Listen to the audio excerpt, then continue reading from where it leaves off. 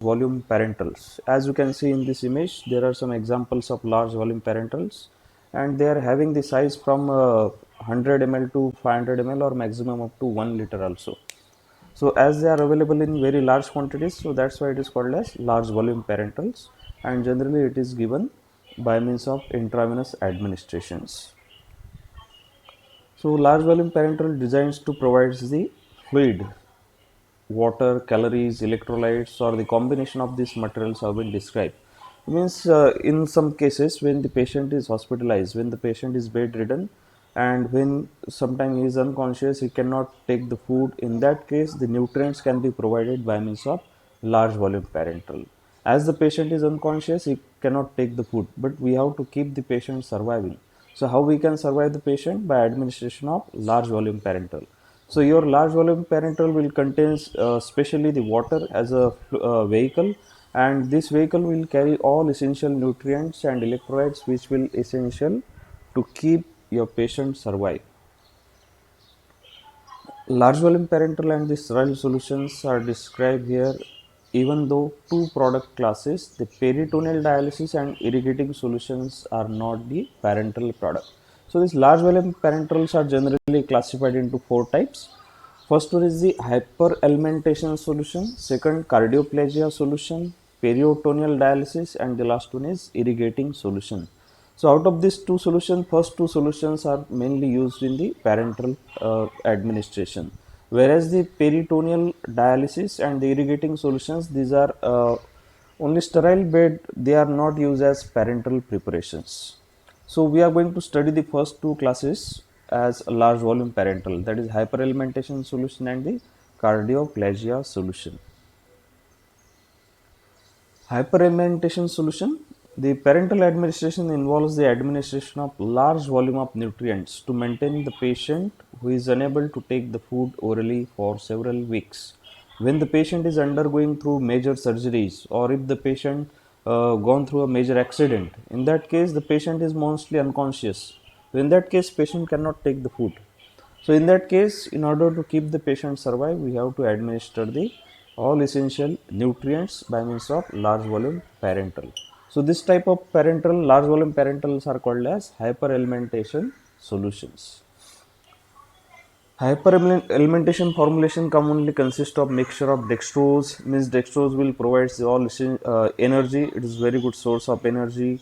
Amino acids, which is starting material for synthesis of proteins, then lipids, and some, and mostly it also contains the electrolytes and trace metals and vitamins also. So electrolytes are also essential to maintain the body functioning properly, because each and every step, if you want your muscle contract and relax, if your heart contraction and relaxation, each and everywhere the electrolytes are very essential. So along with the nutrients, we are also going to add some electrolyte and trace metals. The method permits the administration of life saving or the life sustaining nutrient.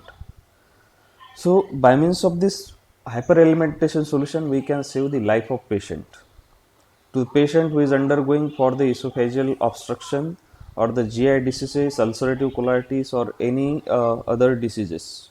What is meant by esophageal obstruction or the GI diseases? In some cases, there is cancer. A patient may be suffering from cancer of alimentary tract or the stomach cancer. So in that case, complete trachea is removed. So if the trachea or stomach is completely eliminated, in that case, patient cannot take the food. So that's why in such cases we have to administer the life-saving nutrient by means of hyperalimentation solutions. So this is all about the hyperalimentation solution. Next one is cardioplegia solution. What is meant by cardioplegia? Cardio means it indicates it is somewhat related to your heart. So using in heart surgery to prevent the ischemic injury to the myocardium. So means when patient is going through the surgery, cardiac surgery, in that cases the blood supply to the heart is completely clamp off, means there will be no blood in your heart if the patient is going through some heart surgeries, open heart surgery. In that case, the heart is completely clamp off the blood, means blood supply, it will be completely away from the blood supply. And in order to keep your heart survive, in that case we are going to administer the cardioplegia solution. So these cardioplegia solutions, these are clear in the nature and it will keep your heart alive. Although the blood supply is completely clamped off, but this cardioplegia solution will keep your heart survive. And this cardioplegia solution will mainly contain the electrolytes. You might study the role of calcium in the heart contraction and relaxation.